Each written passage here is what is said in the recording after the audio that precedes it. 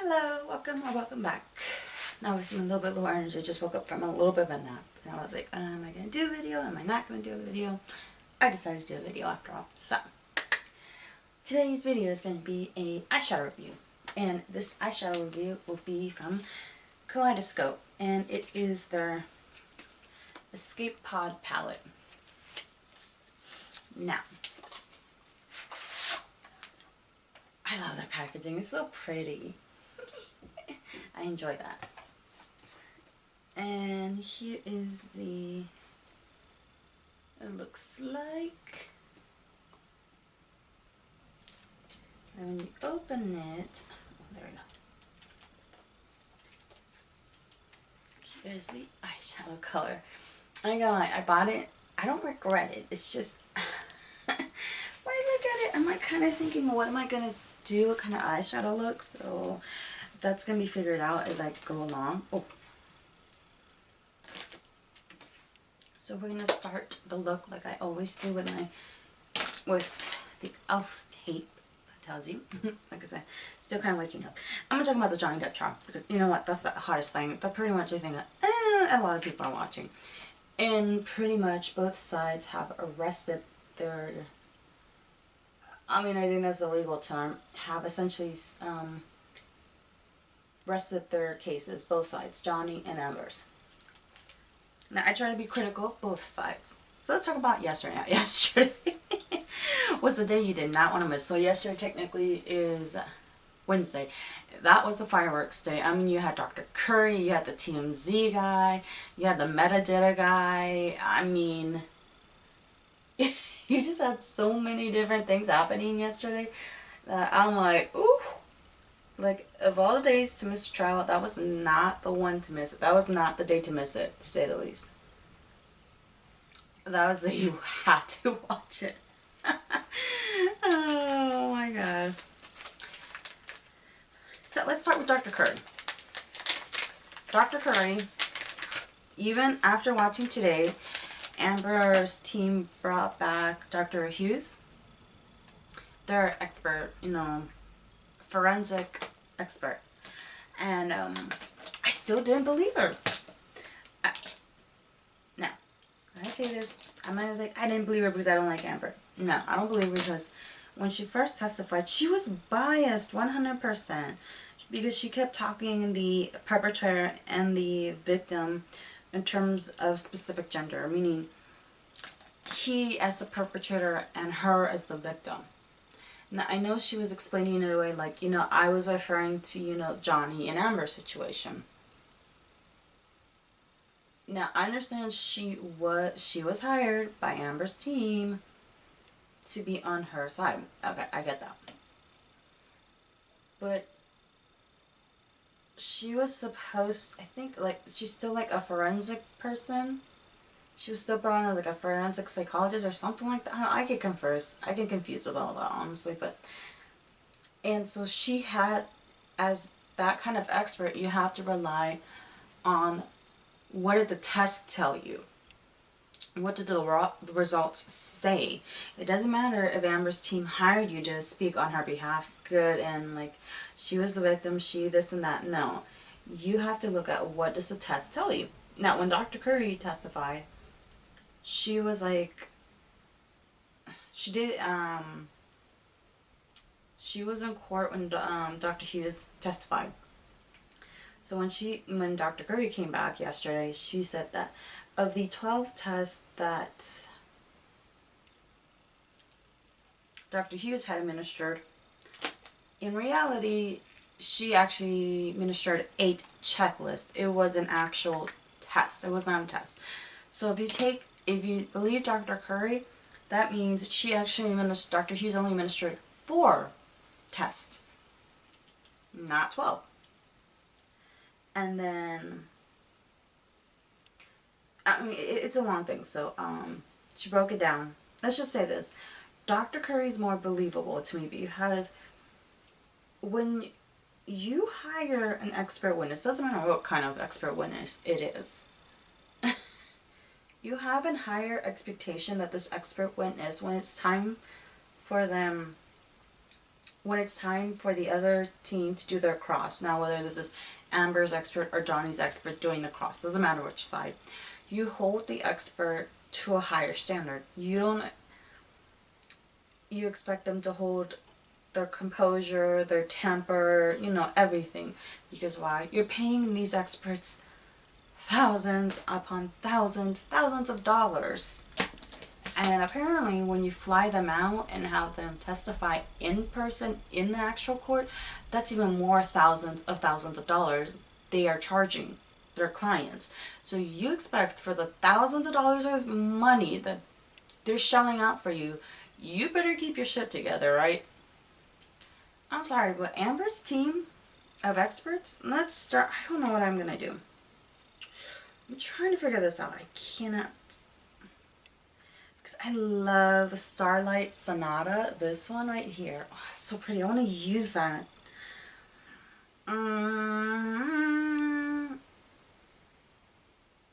Okay, I'm really kind of like, I think I'm going to do kind of like a neutral with the pop of color kind of thing. So I'm going to, this is going to be too light. So what I'm going to do is I'm going to combine Lo-Fi and Bossa Nova, these two shades together, and put it in the inner. Okay, so when you're, like I said, when you're spending that kind of thousands of dollars for an expert witness to testify, and then not only that, but to testify in person, you need to keep your stuff together. You need to keep your composure together. You need to defend your findings, whatever they are, whether, you know, they support your client or they don't support it. And Amber's experts, I'm sorry, they're crap. All of them lost their temper.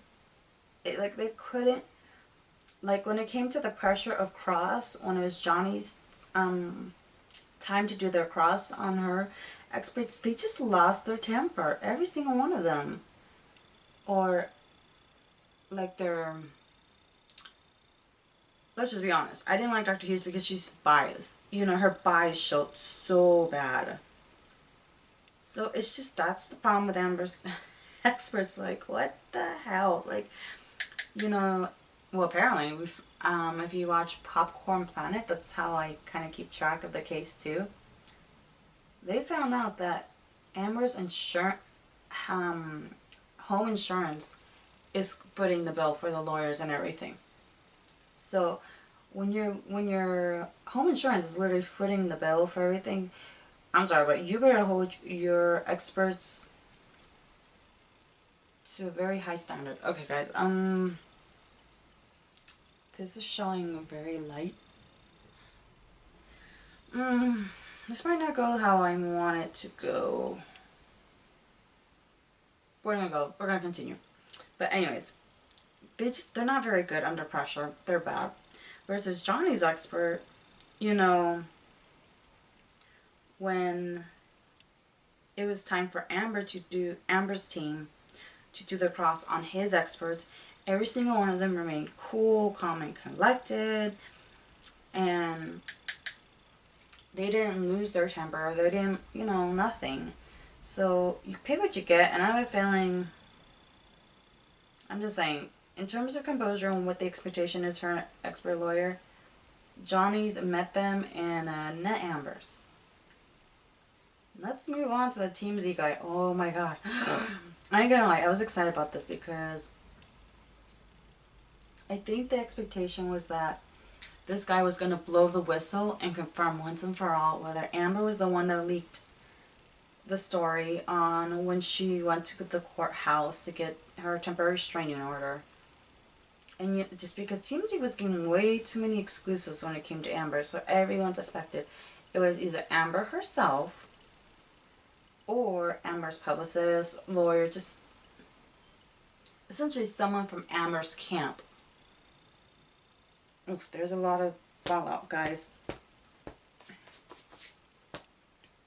But essentially, the theory is that it was Amber herself or someone from her camp that had leaked all of these exclusives to TMZ, right?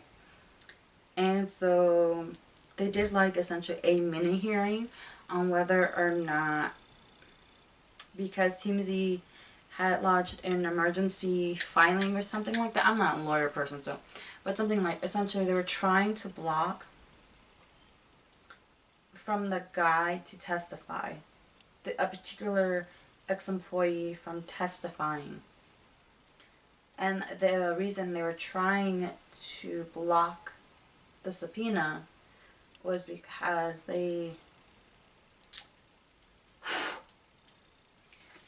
I think they were essentially, they were saying that it would violate freedom of speech and the anonymity that, you know, any kind of, whether it's news, paper, whatever it may be, the supposed anonymity that a confidential tipster, professional tipster who, you know, does that for a living, or anyone who gives information, that it would break that anonymity. This is TMZ's justification. Ooh. Alright, on the outer part, I'm going to put terrace right here. So, that was the excuse that TMZ was coming up with, that it would break that anonymity that is guaranteed to anyone who gives confidential tips. So they did the mini hearing. You had TMZ guy, you know, obviously trying to ballot, like, you can allow this judge, this is, I don't know whether he said it was a president, but it was a very unusual thing to, you know, to do, this and that. And then of course you had Johnny's team and argue that, you make their argument, like, you know, why they wanted this to go, to undo the blog and let the guy testify. And then you had Amber's team, you had Elaine, ugh, she annoys me to no end. But she's not as bad as Rottenborn, so I prefer Elaine over Rottenborn. And Elaine come up and say that this is not right because we don't know what this person will testify to, and this and that, and everything he's going to say is going to be hearsay or speculation and this and that. And then the judge is like, that's not any bearing right now, so, you know, thank you for, you know, officially, whatever, voicing your objection. Now, I ain't gonna lie, when the TMZ guy came, they looked scared, like, or rather when the lawyer came up to try to actively block the guy who was subpoenaed to testify, Amber's team looks scared, like, oh shit, this is really bad for us. And you're like, you really kind of know why, because you think everyone suspects Amber or someone on her team leaked everything. Okay, so we're gonna do Starlight Sonata. I just want to use this one in the middle. I'm gonna see what happens. But she looked really scared, and so did the team, her entire team of lawyers. Like, my theory is that if you're truly innocent, if you truly didn't, this is what it looks like, you truly didn't leak, you know, the info or the video, or, you know, if you truly are innocent and you didn't leak any of that info, then why are you trying to block it? Why? Why are you blocking it? If you truly had nothing to do with leaking any info, then the TMZ guy testifying shouldn't be a threat to your case, because why? You're innocent. So she's already kind of implicating this kind of I'm guilty vibe when you see how hard her lawyers are trying to stop from this TMZ guy from testifying. Well, the lawyer said, you know what, no, he will be testifying. So he testified. Now, Was I a little bit let down? Yes, because I think me and the whole entire world were waiting for Johnny's team to ask the question, who is your source? Who leaked the video? Who leaked that Amber was going to be at the courthouse that specific day when she was getting her temporary restraining? I think we were all waiting like, are they going to ask it? No, they never asked the question because as the TMZ guy was testifying, he had said he got the tip on the tip line. It came through the tip line, and I guess they have this way to verify whether it's legitimate or not. So they did the thing where they went through their process of saying, was this a legitimate tip? Once they did their valid check, whatever you want to call it, they dispatched, you know, their paparazzis and sent them where they needed to and all that. So all they did is they revealed how they received the info, but apparently the guy who was in charge of these stories was never told who was the leak or who was the source. Okay, this is a look so far. But it was never revealed to this specific guy that was testifying who was the source. So that was a lot. I'm like, damn it. But he did imply it was someone, either Amber herself or someone from the team, because one of the questions that was asked was about the video. You know, I'm sure if you watch the trial, you know the video, the illegally recorded video of Johnny taking out his anger on something. We don't know what exactly. On his kitchen cabinets, right? Well, apparently TMZ have received the video, and he had discussed like 3 different ways to validate and get copyright over the video. The fastest way takes 15 minutes. The reason it takes only 15 minutes is because they got it from the source themselves. So whoever is the source, and if that source says, yeah, I want to sell you the copyright of this video, it takes 15 minutes only. Guess how long it took for them to get the video validated and post it and get the copyright and post it on their site? 15 minutes. That right there tells you. That tells you right there that the fact it took only 15 minutes to do all of that.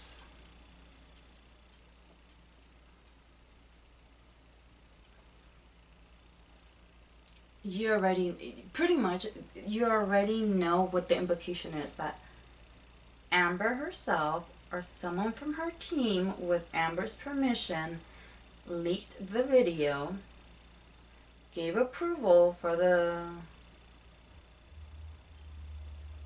you know, to sell the video to TMZ. That was the implication. So he may not have revealed the source, but he pretty much implied it very obviously who the source was. Okay, let's do the under eye. But pretty much without saying, he said what we all suspected, who we think the source of the exclusive that TMZ kept getting came from. So it didn't look good for her. Now, the metadata guy, he was interesting. I'm gonna combine, I want to go with this, the Bossa Nova and the Terrace. I know I'm not using all of them, all the shades, but you know, that's fine.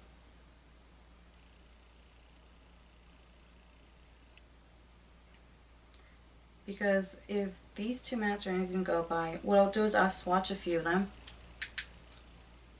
so you get an idea. But then the other guy, the metadata guy, he was interesting because there was questions surrounding the questions surrounding the authenticity of the pictures. Now, Amber and her team presented all these video and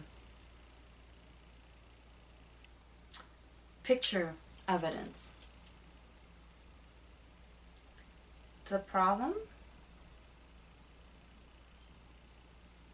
We weren't sure how valid they were or how authentic they were, meaning were they tampered with. So the metadata came to testify, Johnny's metadata guy, and he had said pretty much that he couldn't authenticate any of the pictures because the way of how they received the photos. How they received the photos made it impossible to authenticate the pictures. And he also said essentially that they weren't the same photos. They were similar, or they may have looked exactly the same, but they weren't. Because one thing he pointed out was there are 3 photos that look exactly alike of her, like under a light it looks like, and she has like allegedly this bruise on her face, and it looks the same, like the exact same photo, but then they did a thorough analysis and they found like the size of the photo.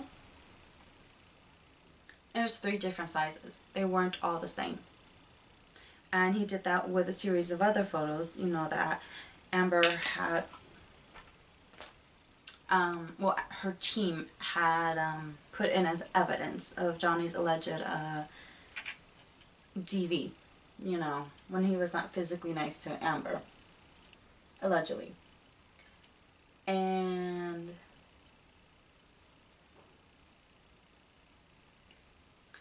they went through like all of these photos, right, that supposedly was proof of his being being not physically nice to Amber. And every single photo that they had presented and the metadata guy had looked through said every single one of them, even though they might look identical, were not. They weren't the same because each of the photos had a different size. And then on top of that, some of them had the, I guess she has the Apple phone, so had the operating system of the iOS something, I forgot what it was. And some of the other photos had like, was it picture or something 3? And he said that came from like essentially an editing app, so it was edited. So for him, in his expert opinion, they were doctored. They were completely messed with. They were not legitimate. So essentially he was saying, I can't say that essentially he's saying he can't authenticate it. They look like they've been tampered with, so they're not the original photos. Let's do mascara. The ColourPop Act Natural. But yeah, essentially the guy was saying that no, these pictures have been messed with. There is serious question about the legitimacy of these pictures. So pretty much he said that they're not the originals at all. And you really shouldn't take seriously pictures because they have been messed with. They can't authenticate it. So let's just say this. Yesterday was a bad day for Amber. Now, do I think Johnny's gonna win? I don't know. It only takes one jury to either believe Amber, or let's say they don't believe Amber, but only takes one juror to question whether or not Johnny proved his case, because the proof of burden is heavier on Johnny's and his team because he brought up the lawsuit. So his burden of proof is greater than Amber's. We're gonna see, because Friday is closing arguments on both sides, and then once both sides are done, you know, doing their closing arguments, it goes over to the jurors. It's not gonna, there's some people who legitimately think that that the jurors will make their decision at the end of the day.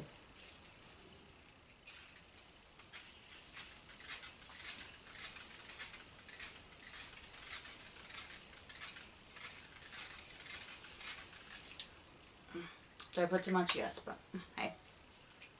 Okay.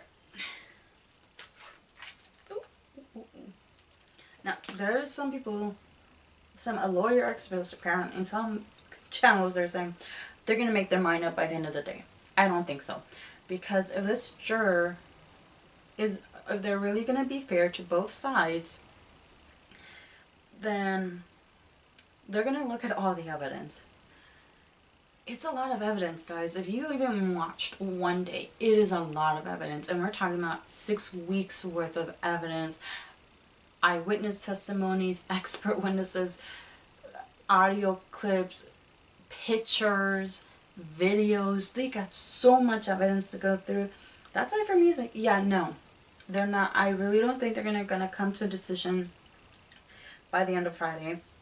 More than likely, they're gonna come back. The judge says since it's a holiday, they're not coming back Monday because Memorial Day. So more than likely, they're gonna come back on Tuesday and they're gonna continue. Again, if they're being fair to both sides and they're reviewing the evidence presented, then they're gonna come back Tuesday. And I think this might go as long as Wednesday. I really think that. We're gonna see. We're gonna see. Now, my opinion on this. Yes, I've only used 4 shades. In terms of the 4 shades, I don't know if you're going to see this, but I don't know. I don't think I tapped that hard into it. I'm not sure you're going to be able to see it, but it created this kind of like indent, slight, tiny indent. You might see on this one. And this one's the same thing. It kind of created a little indent on this. I don't know why. Maybe these are a little bit more softly pressed than I'm used to, because there was quite a bit of pickup with, you know, in the pan itself. Now, in terms of the shades that I used, it's beautiful, guys. The formula is very nice. It's pigmented. You definitely see it. Even though I did a more neutral look, you know. Oh, I didn't even show you the final look. So, this is the final look. Now, not gonna lie, this palette is a little bit of a struggle for me to figure out a look, because it is it's a little all over the place, maybe not as organized as I would like it, because first you do have kind of organization where you have the purples here, and then you have a pink right here, and then you have an orange and a blue. But then in the bottom you have your 3 neutrals, and I think Carnival is like another orange. And then you have all the shimmers. You have the middle that's complete shimmer, and this is a shimmer. And you have 2 green shimmers, but there's no greens in here. So I think color story wise, it's a little all over the place. That's not my favorite. In terms of the pigmentation, it's beautiful. As you can see, there's a lot of pigmentation. The shimmer, the Starlight Sonata, oh my god, it's stunning, guys. I mean, I will give them that. That shimmer is stunning. Now, I'm going to give you a couple of swatches of the other colors. You know, swatches don't tell the story, but you know what? You know, you can at least get an idea of the color. So let's do the shimmers.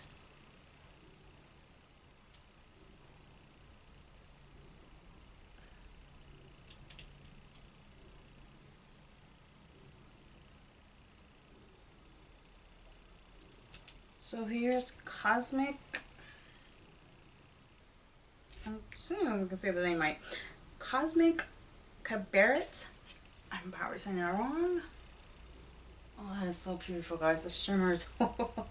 Space Oasis, I think. Where are you, Space Oasis? Here we go. Here's Space Oasis. Amaretta. Here's Amaretta. Galactic Gala. Here's Galactic Gala. And Saturnella. I don't know, guys. Sorry. And here's Saturnetta. So just the shimmers alone, like, you know, you see the pigmentation on the shimmer Starlight Sonata. That's beautiful. And these shimmers, oh, wow, they swatch beautifully. So I'm not gonna lie, I'm definitely liking their shimmers and the way they swatch. And the fact that the one on the eyelid looks so beautiful, and pigmentation is very buttery, very easy to work with. This is one I'm gonna have to play with a little bit more because, like I said, the color story is a little over the place and makes it a little bit more challenging for me to use it. But in terms of formula and pigmentation, it's definitely there, and I really do enjoy it. So it's still thumbs up. It's just a little bit more of a challenging color story for me to work with because I don't know, I guess I like more unified color story. That is my preference.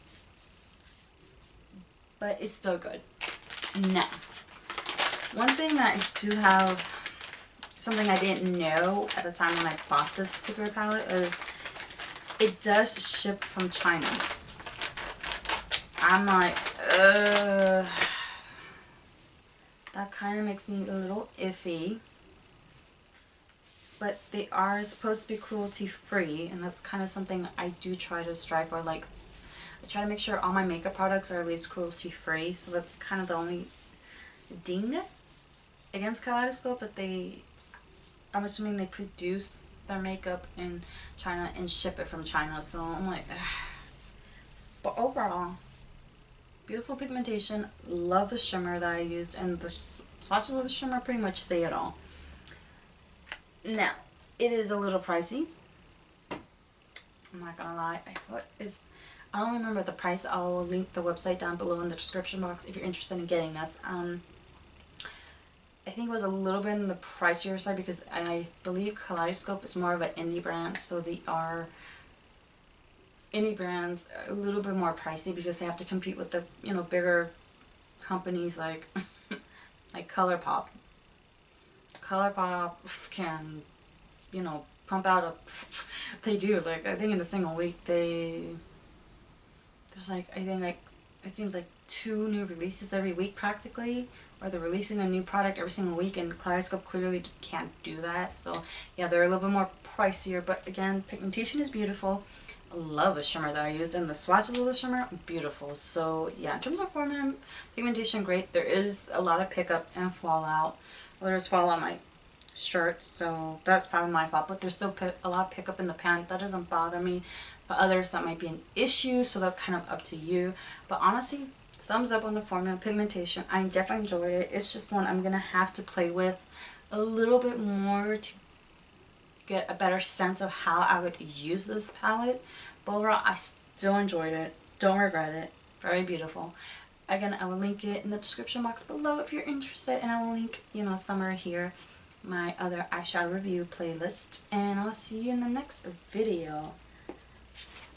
Bye!